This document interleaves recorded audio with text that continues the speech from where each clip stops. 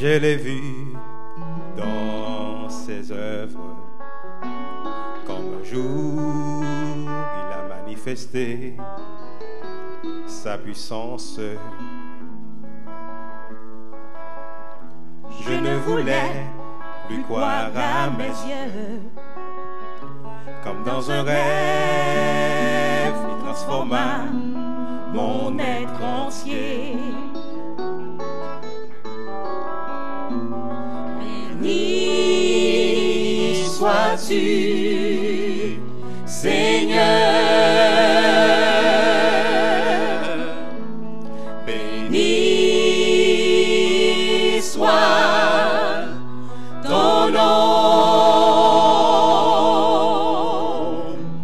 Béni soit ton Seigneur nom.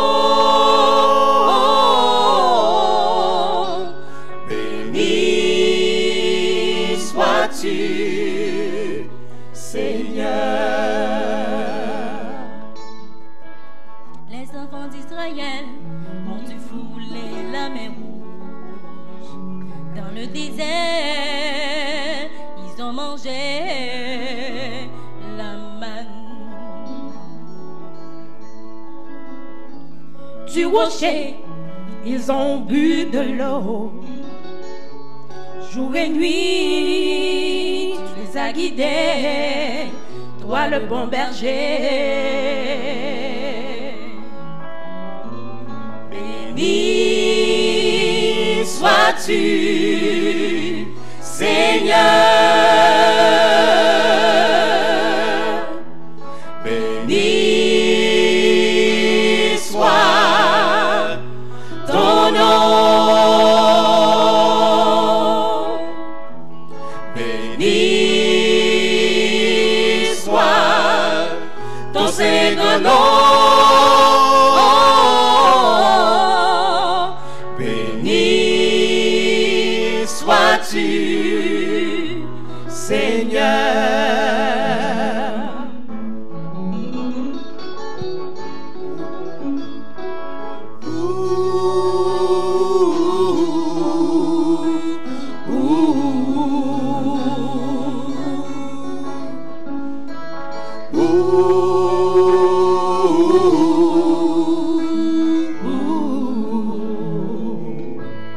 J'ai vu un malade guéri sorti des eaux baptismales, un enfant mort qui fut ressuscité,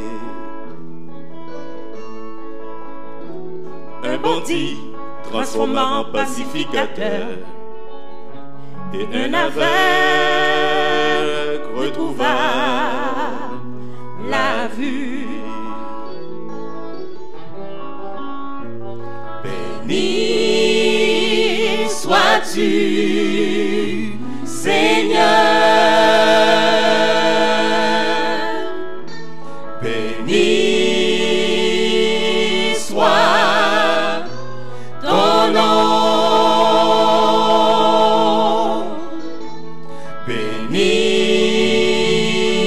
soit ton Seigneur nom.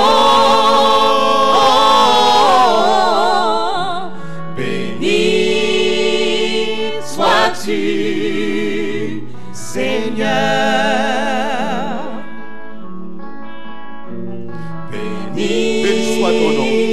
Sois-tu, Toi le Tout-Puissant, Seigneur, le Roi des rois, le Seigneur des seigneurs. Béni sois-tu, Seigneur. béni Merci pour ton Fils Jésus-Christ. soit Merci ton nom. pour le souffle de vie. Béni sois-tu, Seigneur. Béni soit ton Seigneur nom.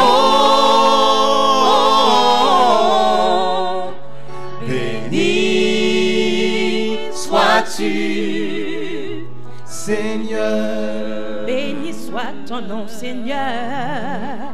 Béni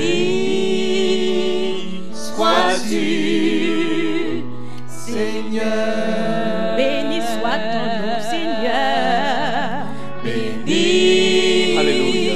sois-tu, Seigneur.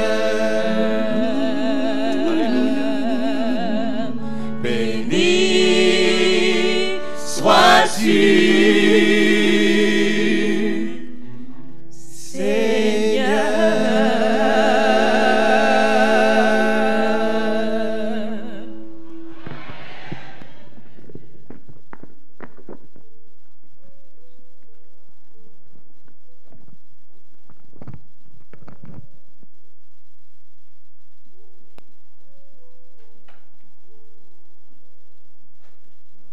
Voulez-vous bénir le nom de l'Éternel, vous aussi? Amen.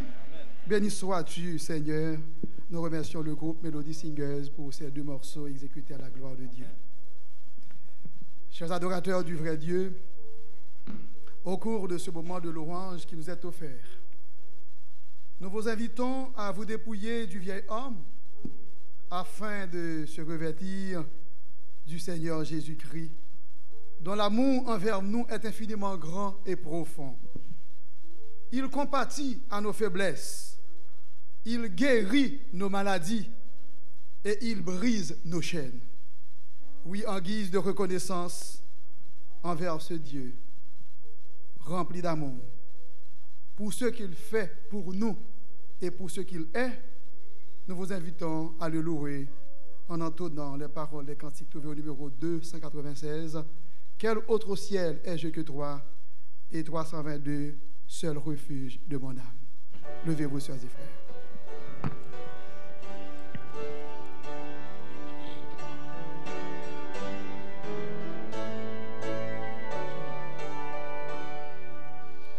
Quel autre ciel ai-je que toi, ô mon Dieu, mon sauveur?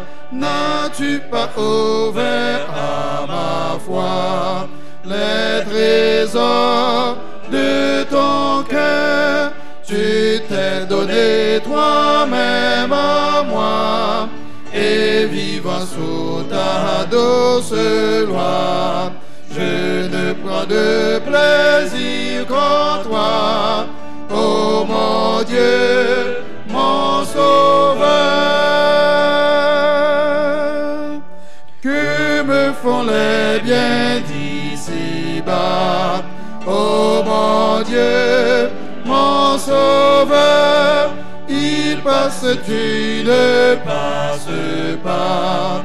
Tu suffis à mon cœur dans le deuil ou la pauvreté, dans l'exil ou l'adversité. Tu restes ma félicité, ô mon Dieu, mon sauveur. Je serai toujours avec toi, ô mon Dieu, mon sauveur. Rien ici-bas, non, rien ne doit m'arracher de ton cœur. Les vents peuvent se déchaîner, les torrents peuvent déborder. Ta grâce est mon ferme rocher, ô mon Dieu, mon sauveur.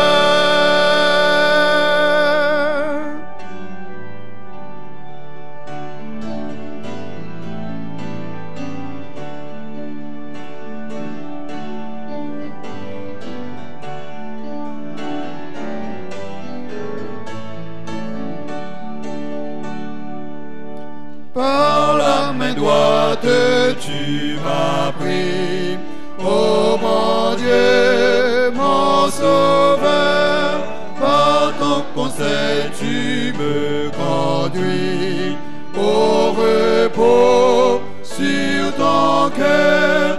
Et quand viendra le dernier jour, tu m'ouvriras avec amour les portes du divin séjour, ô mon Dieu, mon sauveur.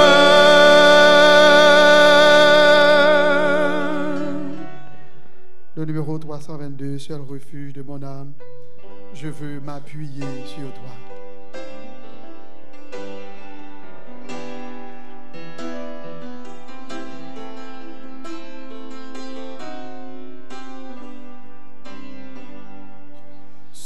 seul refuge de mon âme. Je veux m'appuyer sur toi, la paix que mon cœur réclame est à tes pieds, divin roi. Jésus sauveur, que je t'aime, oh toi qui mourus pour moi et qui veux dans le ciel même, un jour je règne avec toi.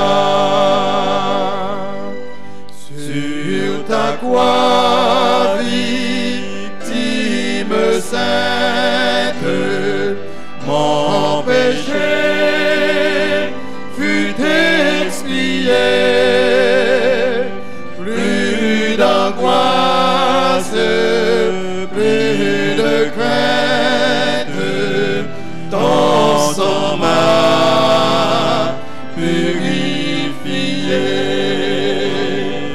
Jésus sauveur, que je t'aime, oh toi qui mourus pour moi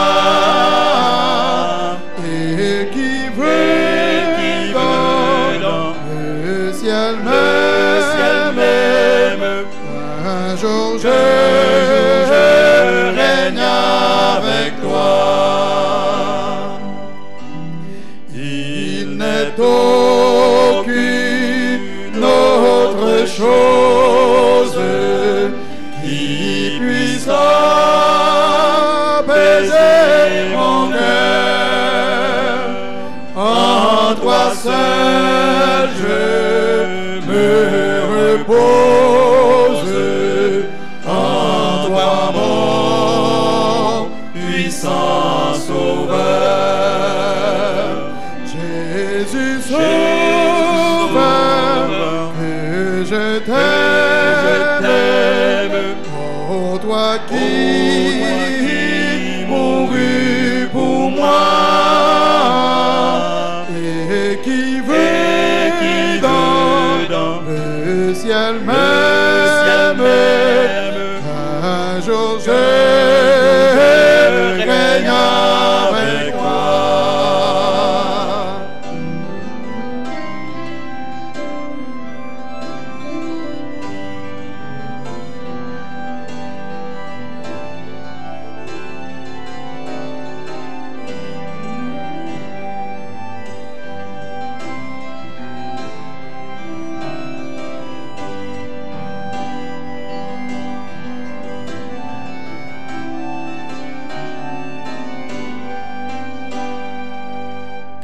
À toi Jésus, j'abandonne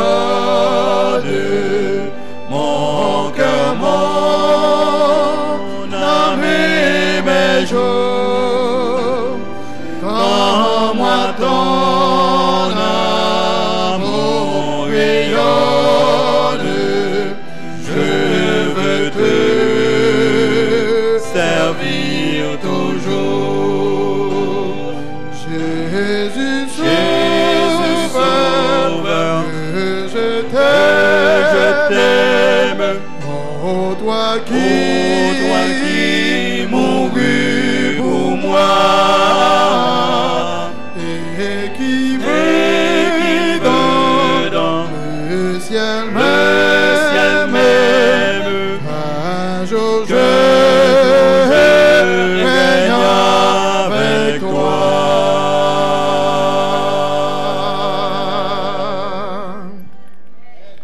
Oui, notre Dieu veut notre bonheur à tous égards. Tout ce que nous avons vient de lui, et ce, non pas pour notre gloire, mais pour sa gloire. Chantons les paroles des cantiques trouvées au numéro 318. Plus le mal est pressant, plus ma misère est grande.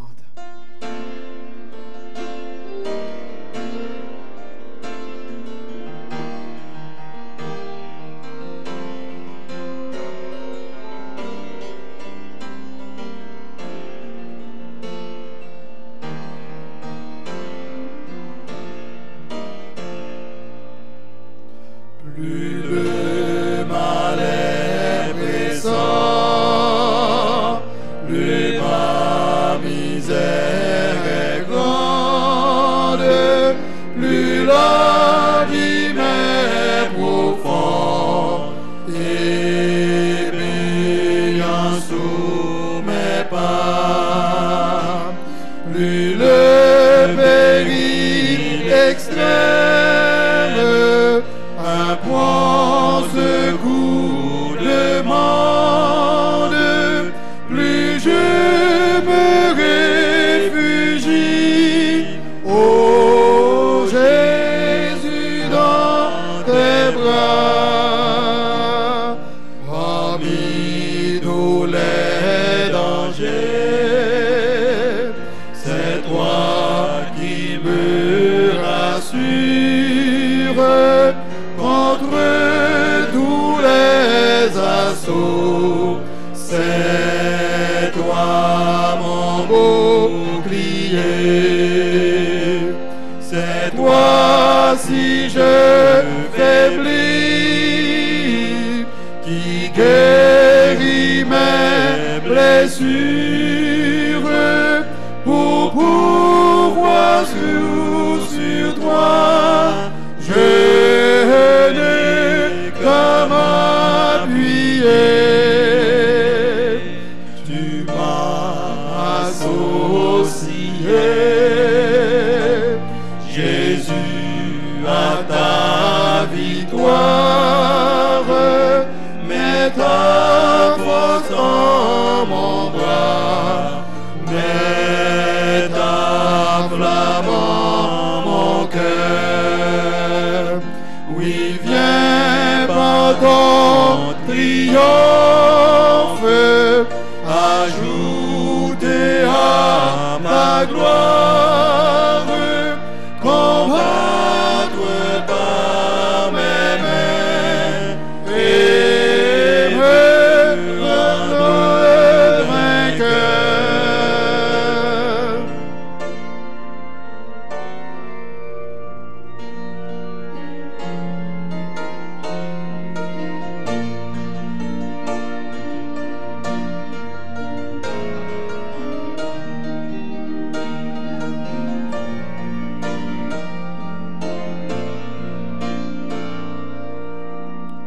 Tu me donnes toujours selon ma confiance. Quand j'ai tout demandé, n'ai-je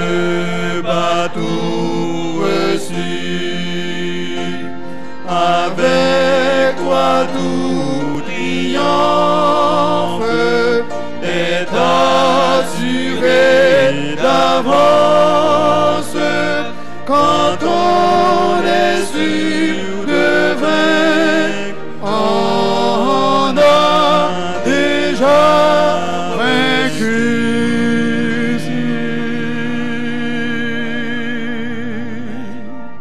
Que le Seigneur vous bénisse, rassoyez-vous, chers frères.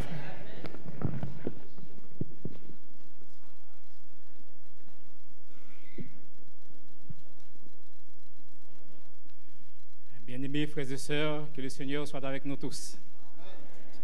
Quelle belle promesse que Dieu nous a faite. Nous venons de chanter une prière. Tu me donnes toujours selon ma confiance.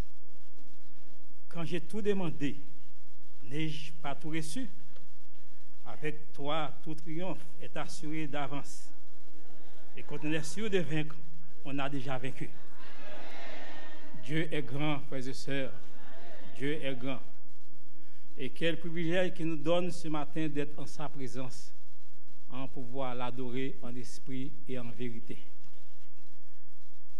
Et je le dis toujours, et maintenant nous adorons Dieu en esprit et en vérité, mais un jour viendra, et très bientôt, nous l'adorons toujours en vérité, mais face à face. Oh, nous disons merci au groupe de chant pour avoir fait chanter l'église. Merci beaucoup.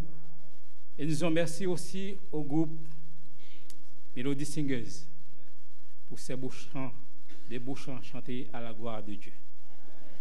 Oh Seigneur, ce matin, nous avons un grand privilège d'être devant toi et assurer ta présence. Et avant de dire quoi que ce soit, nous inclinons pour une prière. Notre Père Céleste, notre Seigneur, notre Dieu, en ce moment béni solennel, que tu nous instruises toi-même par ton Esprit Saint. Enlève tout ce qui n'est pas de toi en nous, afin que ton nom soit glorifié. Et que toi-même tu puisses nous parler et que tu puisses nous changer complètement et radicalement. Et nous puissions sortir ici édifiés à salut éternel. Fais-nous grâce, on t'en prie ainsi au nom de ton Fils Jésus, qui vit et demeure dès à présent et au siècle des siècles. Amen.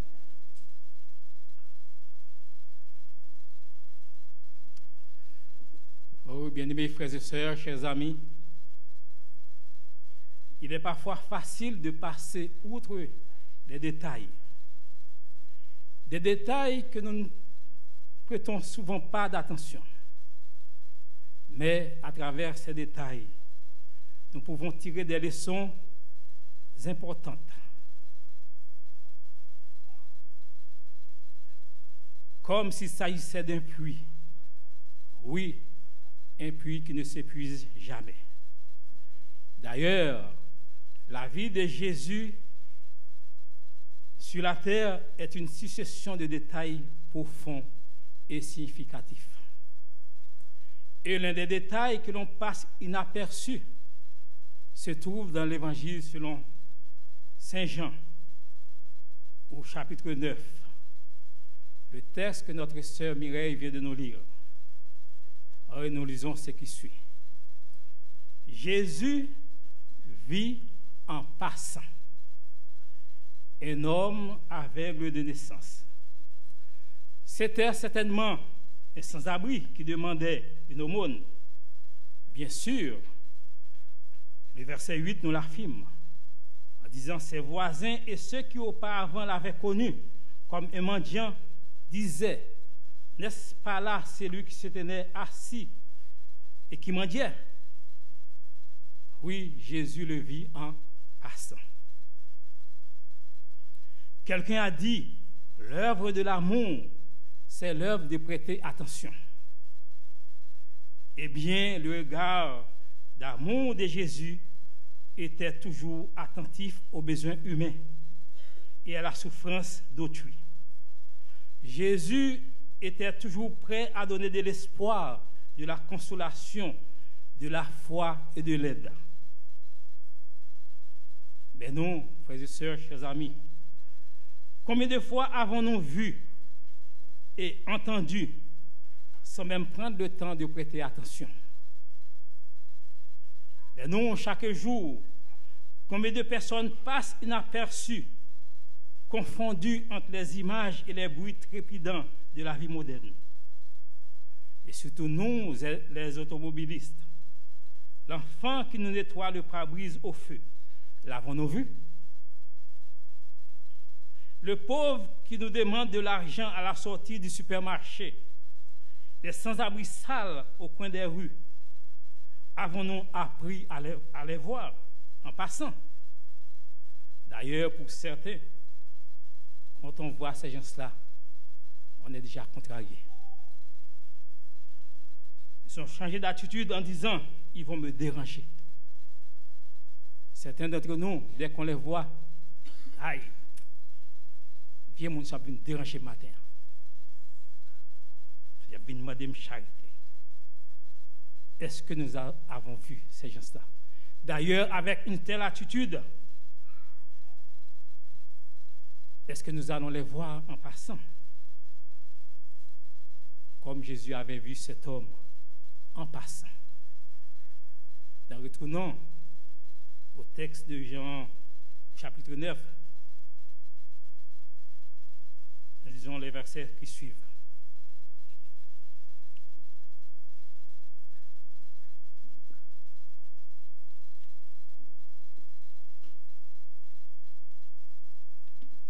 La parole de Dieu nous dit dans Jean chapitre 9, Jésus vit en passant un homme aveugle de naissance. Et ses disciples lui firent cette question, Rabbi, qui a péché, cet homme ou ses parents, pour qu'il soit né aveugle? Jésus répondit, ce n'est pas que lui ou ses parents aient péché, mais c'est afin que les œuvres de Dieu soient manifestées en lui. Arrêtons là un instant. Vous savez que, frères et sœurs, chers amis, les Juifs avaient une mentalité, un mauvais préjugé. Ils pensaient généralement que le péché est puni dans la vie présente. Pour eux, toute souffrance est considérée comme la punition de quelque méfait, soit de l'affligé, soit de ses parents. Et puisque les disciples étaient des Juifs, ils avaient eux aussi cette mentalité. C'est pourquoi ils ont posé à Jésus cette question. Rabbi, qui a péché? Et je dois vous dire, chers amis, chers frères et sœurs, cette mentalité est encore à l'Église. Dès qu'on a vu quelqu'un qui est malade, qui a un problème quelconque, c'est ça qui montre dans notre tête, cette personne a péché. Alors, Jésus répondit à la question des disciples d'une manière pratique, comme il le faisait quand on l'interrogeait par curiosité. Et après avoir répondu à la question, les disciples n'avaient pas à discuter pour savoir qui avait ou n'avait pas péché. Ils devaient simplement entrevoir la puissance et la miséricorde de Dieu, grâce auquel l'aveugle retrouvait l'usage de ses yeux. Et cette guérison étonnait forcément les pharisiens, mais elle les remplit de haine, car le miracle avait été accompli un jour de sabbat. Les voisins du jeune homme se doutaient quelque peu, car ses yeux ayant été ouverts, son visage était changé et égayé, si bien qu'il paraissait un tout autre homme. La question passait l'un à l'autre. Les uns disaient, c'est lui. D'autres disaient, il lui ressemble. Et lui-même disait, c'est moi. Puis il leur parla de Jésus et raconta comment il avait été guéri. Il lui dit, où est cet homme? Il répondit, je ne sais pas. Donc, qu'est-ce qu'on a fait? On a pris cet homme, on le conduisit devant le conseil des pharisiens. Pourquoi on a fait ça? Car Jésus a guéri quelqu'un, on devait être tous contents, mais les pharisiens étaient mécontents, ils étaient fâchés. Donc on a pris cet homme, on l'a conduit devant le conseil des pharisiens pour être jugé. On lui demanda une fois de plus comment la vue lui avait été rendue. Il leur dit,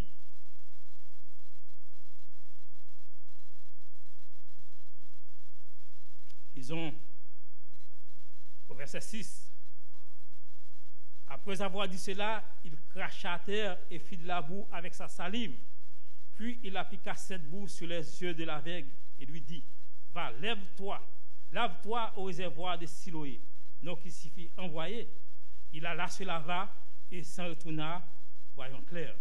Donc on a posé la question à l'homme. L'homme a répondu exactement ce que Jésus a fait. Il lui dit, verset 10, comment tes yeux ont-ils été ouverts? Il répondit, l'homme qu'on appelle Jésus a fait de la boue, a oint mes yeux et m'a dit, va au réservoir de Siloé et lave-toi. J'y suis allé, je me suis lavé et j'ai recouvré la vue. Il lui dit, où est cet homme? Il répondit, je ne sais.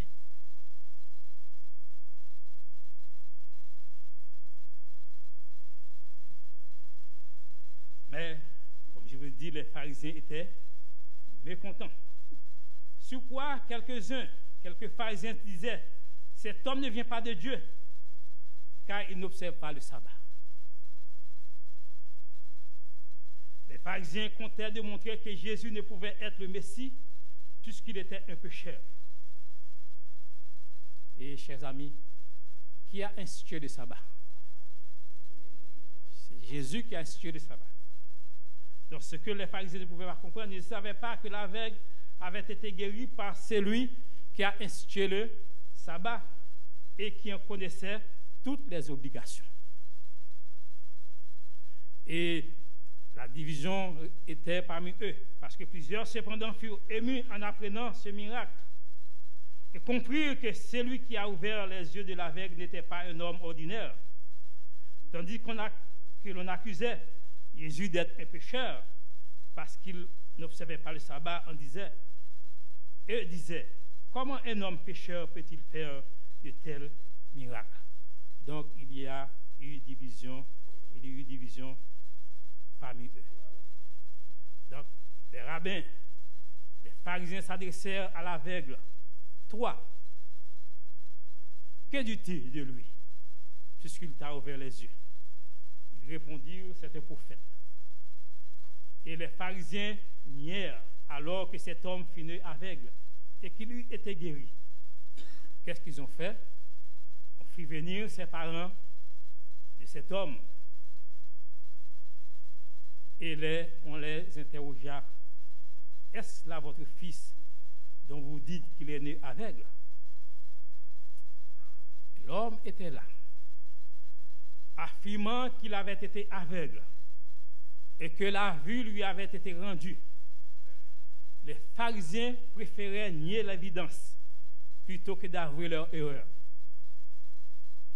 Si puissant est le préjugé, si fallacieuse est la justice pharisaïque. Il restait qu'un espoir aux pharisiens. Le seul espoir qui restait aux pharisiens, c'est d'intimider les parents de l'homme. Et avec une feinte naïveté, ils demandèrent, comment donc voit-il maintenant?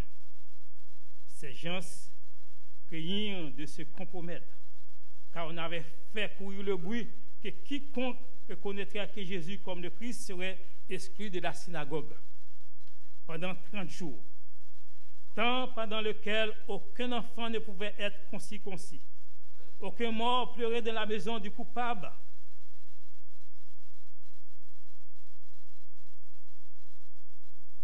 Et on considérait cette sentence comme une grande calamité.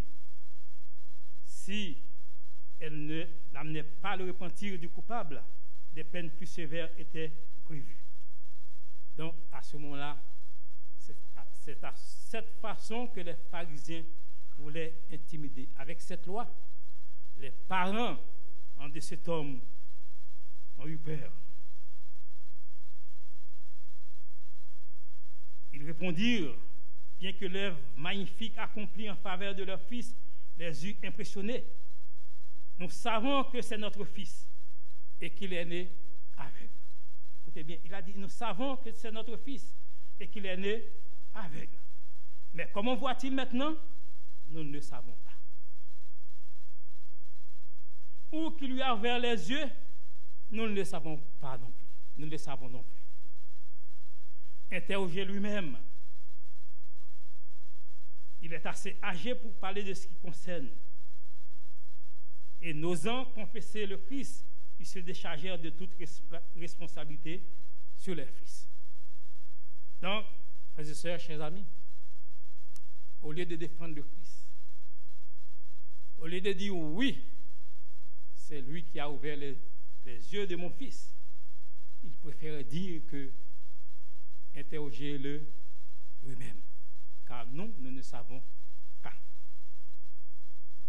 Si nous voyons que les parents de l'aveugle, par peur d'être exclus de la synagogue, n'ont pas venu au secours de l'Éternel. Rappelez que Dieu avait maudit une ville en Canaan.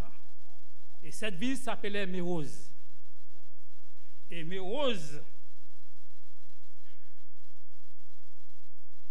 était peuplée par la tribu de Nephtali. Ça avait à un certain moment donné, quand dans les temps des juges, le peuple d'Israël était en Canaan, ils venaient d'entrer en Canaan. Donc, bien qu'il fit ce qui déplaît aux yeux de l'Éternel, les Canaans les maltraitaient. Et ils crièrent à l'Éternel. L'Éternel a envoyé Déborah, juge, pour pouvoir délivrer son peuple. Et à ce moment-là, donc, toutes les tribus se mettaient ensemble avec Déborah pour attaquer le roi Sisera, pour pouvoir délivrer Israël. Mais Mérose tribu de Nephtali ne venait pas au secours de l'Éternel. Ils n'avaient pas participé pour pouvoir délibérer le peuple d'Israël. Donc, et voilà pourquoi dans Juge 5, verset 23, Dieu a dit, maudissez mes roses, dit l'ange de l'Éternel, maudissez ses habitants, car ils ne viennent pas au secours de l'Éternel parmi les hommes vaillants. Donc, dans cette guerre dirigée par la prophétesse Déborah et Barak, la tribu de Nephtali ne participait pas à la guerre pour combattre Sisera, le roi des Cananéens, pour la libération d'Israël. Voilà pourquoi Dieu lui-même a donné cet ordre, maudissez mes roses et maudissez ses habitants. Mes frères et sœurs, chers amis, comment peut-on venir au secours d'un Dieu tout-puissant, au secours d'un Dieu si fort, si grand? Vous savez que, de nos jours, tous ceux qui refusent de témoigner pour l'Éternel ne viennent pas au secours de l'Éternel.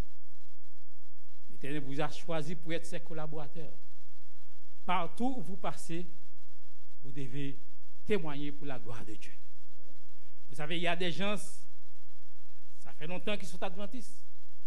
Ils travaillent, ils vont partout. On ne sait jamais s'ils sont adventistes du 7e jour. À ce moment-là, comment pouvoir témoigner? Comment peut-on venir au secours de l'Éternel? Donc, Dieu nous a choisis, frères et sœurs, pour être ses collaborateurs dans le salut des âmes. Donc, nous devons témoigner à sa gloire et à son honneur. À chaque fois que nous ne le faisons pas, nous ne venons pas au secours de l'Éternel. Et Dieu nous a choisis pour venir à son secours. Parfois, nous sommes dans un endroit quelconque. On est en train de déshabiller Dieu. On fait silence, on n'a rien dit. Maintenant, à ce moment-là, si nous agissons comme ça, nous ne venons pas au secours de l'Éternel. Et c'est pourquoi dans Apocalypse 21, verset 7, nous a dit que les poltrons, les lâches, n'hériteront pas le royaume de Dieu. Parfois, nous ne le faisons pas lâches. On a peur. Et c'est ce qui est arrivé aux parents de l'aveugle. Par peur, ils ont refusé de témoigner à la gloire de Dieu. Mais le dilemme dans lequel se débattaient les pharisiens, leur interrogation et leurs préjugés, leur refus d'admettre ce qui avait eu lieu, tout ceci ouvrait les yeux de la foule. Parfois, maintenant, il y a des points qu'on défend. Et ça donne le privilège à d'autres de comprendre. Et tous les autres sont contre vous. C'est ce qui est arrivé aux pharisiens. Jésus avait fréquemment accompli des miracles en public. Et son œuvre avait toujours eu pour but de soulager la souffrance. Et une question se pressait donc dans l'esprit de plusieurs. Est-ce que Dieu accomplirait de telles œuvres par le ministère d'un imposteur? Ce que Jésus était aux yeux des pharisiens. Pour les pharisiens, Jésus était un imposteur. Et la dispute s'envenimait à ce sujet. Donc, les pharisiens s'apercevaient qu'ils ne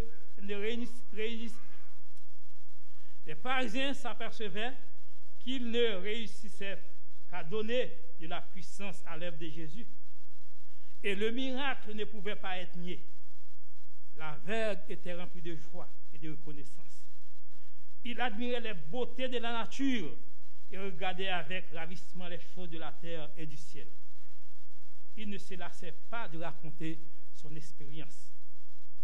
Et on s'efforça de le réduire au silence.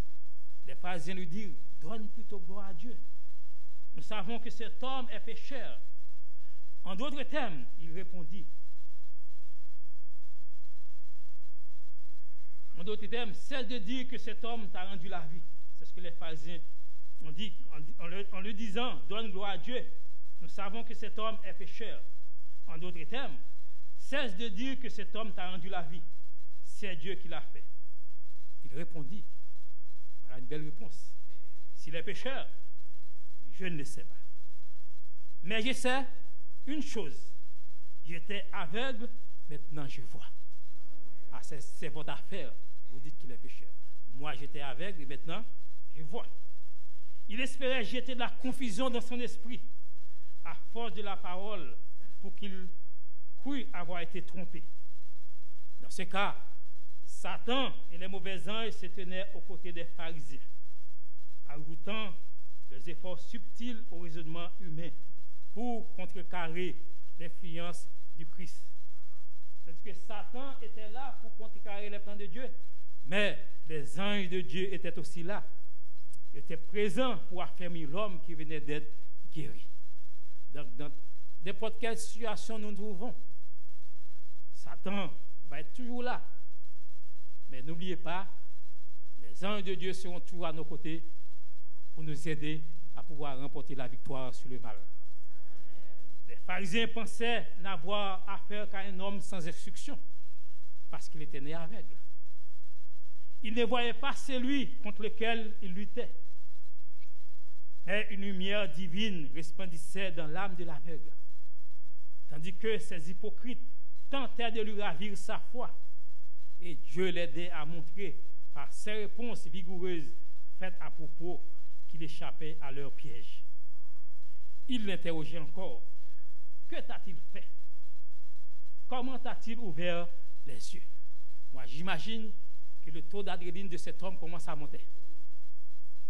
Il leur répondit, je vous l'ai déjà dit, et vous n'avez pas écouté. Pourquoi voulez-vous l'entendre encore? Il a posé une autre question piège aux pharisiens. Voulez-vous aussi devenir ses disciples? C'est la question. N'oubliez pas, ce n'était pas un poltron. Tandis qu'on est on essaie de lui faire régner le Christ. Et il a tenu bien haut le flambeau du prince Emmanuel. Voulez-vous devenir aussi ses disciples? Oui, il les a prêchés. Il est venu au secours de l'Éternel. Cela m'a fait penser à l'apôtre Paul, frères et sœurs, qui était devant le Sanhédrin, on l'avait condamné, on l'avait mis en prison parce qu'il témoignait pour Jésus, il témoignait à la gloire de Dieu. Tandis qu'il présentait sa défense devant le roi Agrippa, imaginez bien, pensez-y bien, quelqu'un qu'on a mis en prison. On voulait le mettre à mort. Maintenant, on le présenta devant le roi Agrippa pour sa défense. Cet homme commença à témoigner à la gloire de Dieu. Non seulement il a témoigné à la gloire de Dieu, il a posé une question au roi Agrippa. Il a dit, roi Agrippa, crois-tu au prophète? Supposez que vous êtes en cours, on vous traîne en cours. Du fait que vous prêchez l'évangile, vous êtes devant le juge. Vous attendez votre sentence. Allez-vous dire au juge, est-ce que vous croyez en Dieu? Est-ce que vous croyez en Jésus? Et c'est ce que Paul a fait. Devant le roi Agrippa, il a eu le courage de dire, roi Agrippa, crois-tu au prophète? Et il a répondu, je crois que tu crois. De sorte que le roi Agrippa lui a dit, tu vas me persuader de devenir chrétien? Et il a répondu encore, que soit tantôt ou que ce soit tard, plaise à Dieu que non seulement toi, mais encore tous ceux qui m'écoutent aujourd'hui, vous deveniez tel que je suis, à l'exception des liens. Donc voilà un homme qui a témoigné à la gloire de Dieu. Donc, frères et sœurs, chers amis, même devant la mort, nous devons témoigner pour Dieu. Qu'elle soit dans n'importe quelle circonstance où nous nous trouvons, nous devons témoigner pour la gloire de Dieu. Et Dieu est toujours là à nos côtés. Il a fait ça et nous a donné sa promesse. Et sa promesse est certaine et véritable. Frères et sœurs, le Seigneur Jésus n'ignorait pas l'épreuve endurée par cet homme qui était aveugle. Il lui communiqua sa grâce et lui donna son pouvoir de s'exprimer de manière à être un témoin du Christ. Ses réponses aux pharisiens constituaient un blâme sévère à l'adresse de ceux qui l'interrogeaient. Les pharisiens se donnaient comme des interprètes des Écritures, comme des guides religieux de la nation. Et voici quelqu'un qui opérait des miracles, et il les avouait ne pas connaître la source de son pouvoir, ni de la nature de ses prétentions. Et l'aveugle, l'homme qui était aveugle, lui a dit, voilà ce qui est étonnant, dit cet homme, à partir du verset 30 et 32, c'est que vous ne sachez d'où il est, et il m'a ouvert les yeux. Nous savons que Dieu n'exauce pas les pécheurs, mais si quelqu'un l'honore et fait sa volonté, celui-là, il l'exauce. Et jamais on n'a entendu dire que quelqu'un ait ouvert les yeux d'un aveuglé. Si cet homme ne venait pas de Dieu, il ne pourrait rien faire. L'esprit de prophétie nous dit que le raisonnement de cet homme était inattaquable. Et étonnés, les pharisiens s'éturent, c'est-à-dire restèrent bouche bée sous le charme de ces paroles si appropriées. Mais vous savez qu'il est dirigé par un mauvais esprit. Il eut un court silence. Puis les prêtres, les rabbins, serrèrent sur eux leurs vêtements, comme pour éviter d'être contaminés par le contact de cet homme. Ils secouaient la poussière de leurs pieds et lui lancèrent cette apostrophe. Tu es né tout entier dans le péché, et c'est toi qui nous enseignes. Et ils l'excommunièrent. Donc, cet homme a préféré d'être excommunié plutôt que de marcher tête baissée devant les pharisiens. Car Dieu est Dieu. C'est à lui qu'on doit donner gloire. Donc aussi, frères et sœurs, chers amis, comme l'apôtre Pierre disait qu'il faut obéir à Dieu plutôt qu'aux hommes, à qui allons-nous obéir? Est-ce que nous allons tomber sous la pression des gens? Ou bien allons-nous rester fidèles toujours à Dieu? Et restant fidèles, donc comme cet homme, nous allons venir au secours de l'Éternel. Cet homme a témoigné que Jésus est le Fils de Dieu. Donc, vous savez que quand Jésus lui a posé la question, « Crois-tu au Fils de Dieu ?» Il a dit, « Qui c'est qui ?» Jésus dit que c'est lui qui te parle. Il a dit, « Oui, je crois. » Il s'est incliné au pied de Jésus. Et depuis lors, il adorait Dieu. Il était reconnaissant parce que Dieu lui a sauvé la vie. Et nous sommes reconnaissants, car je sais que Dieu a fait beaucoup de choses pour nous. Est-ce que nous sommes reconnaissants? Et partout où nous passons, pour pouvoir témoigner à la gloire de Dieu. Donc Jésus vit en passant. Pour voir en passant, frères et sœurs, chers amis, ce que nous avons ignoré, il faut de la compassion, de la grâce et de l'amour démontrés dans la vie de Jésus. Pour voir en passant, il faut s'exercer à bénir partout où nous passons.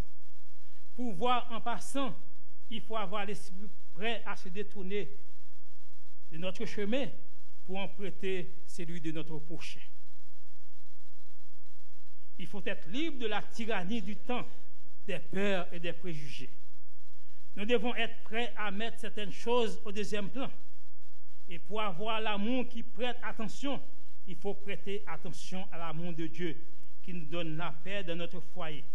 Et ensuite, pour le répandre dans les rues agitées.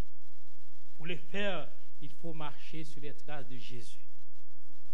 Et dans Jésus-Christ, page 642, il nous a dit ceci: pour répandre l'amour de Dieu aux autres, point n'a besoin d'aller à Nazareth, à Capernaum ou à Béthanie pour marcher sur les traces de Jésus.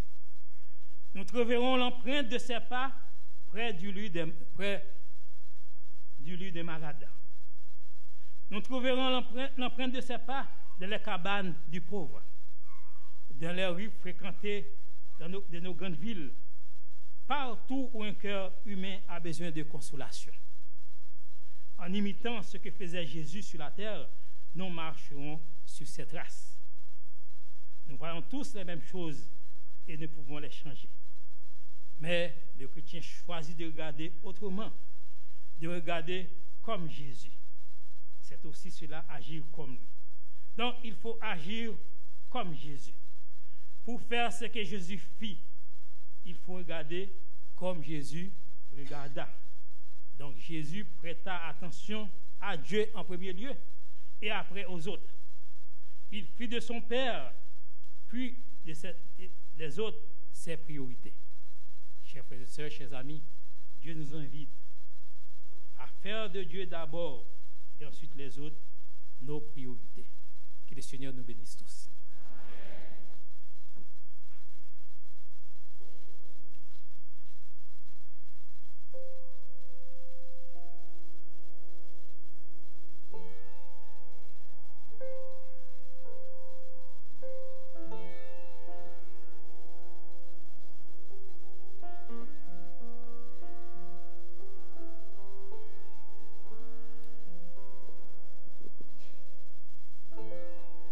Frères et sœurs,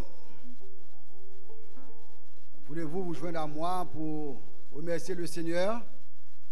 Amen, pour ce message qu'il nous a communiqué ce midi par le canal de son serviteur. Qu'il nous aide à venir à son secours dans le monde. Et c'est pour cette raison même qu'il a établi l'Église adventiste du 7e jour. Et c'est pour cette raison qu'il a fait de nous ses disciples pour pouvoir venir à son secours dans le monde, pour témoigner de sa bonté, de sa miséricorde, de son amour envers ce monde pervers et corrompu. Que nous puissions demander son aide pour pouvoir accomplir cette mission pour laquelle il a fait de nous ses enfants, ses ambassadeurs et ses ambassadrices. Nous allons mettre fin au culte d'adoration en exécutant le numéro 528 des hymnes de louange. Toute chaîne est enlevée.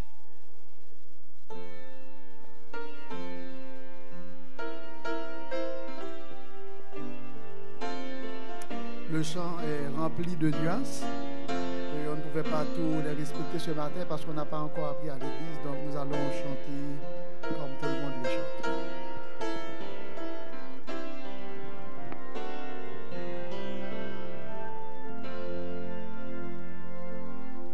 Toute chaîne est enlevée, toute entrave a disparu. Oui, mon âme est libérée, je possède un plein salut. Car en venant au calvaire, tant d'amour m'a convaincu. C'est si doux de servir Jésus, je veux l'aimer toujours plus. C'est si doux de servir Jésus, je veux l'aimer toujours plus. Si ton âme est angoissée par le spectre du passé, si ta peine est enlevée par le tourment du péché, Christ apporte délivrance, bonheur pour l'éternité. C'est si doux de servir Jésus, je veux l'aimer toujours plus. C'est si doux de servir Jésus, je veux l'aimer toujours plus.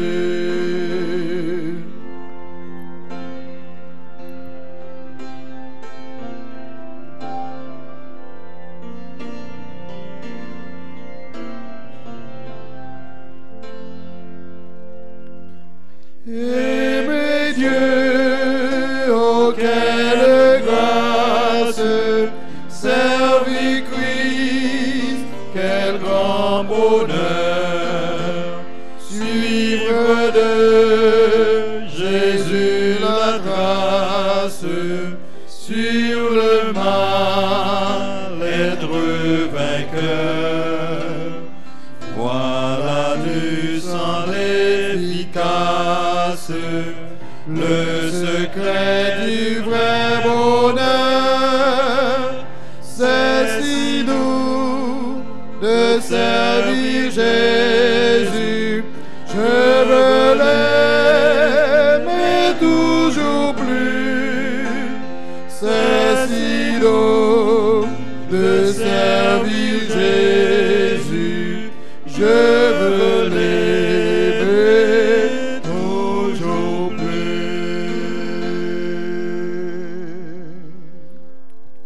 Oui, dans le Père Céleste, c'est si doux de te servir. Tu mérites toute la gloire. Et que Seigneur donne la force de te servir jour après jour. Dans la joie et dans l'adversité. Dans les moments difficiles,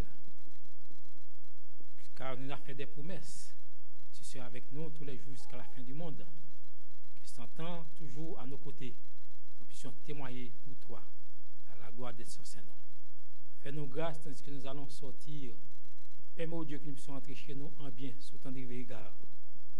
Et que toute gloire soit toi et à toi seul. Nous t'en prions ainsi au nom de ton Fils Jésus. Amen.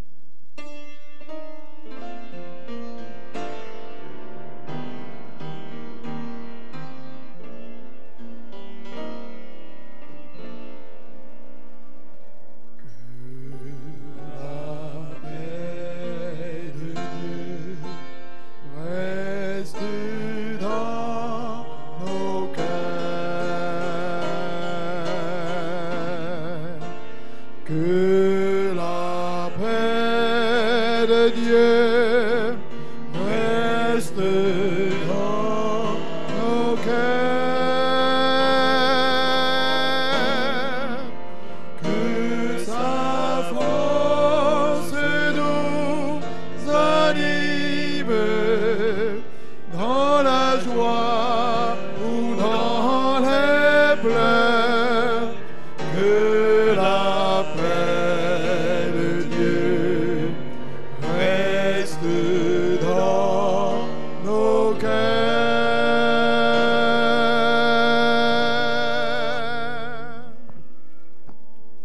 Rassoyez-vous, sœurs et frères. Les diacres et les diaconesses vont organiser la sortie.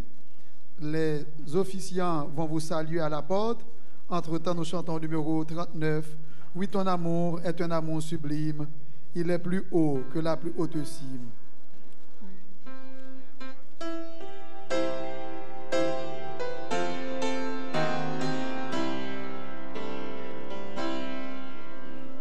Oui, ton amour est un amour sublime. Il est plus haut que la plus haute cime. Il est profond comme l'azur des cieux. Que suis-je, ô Dieu, pour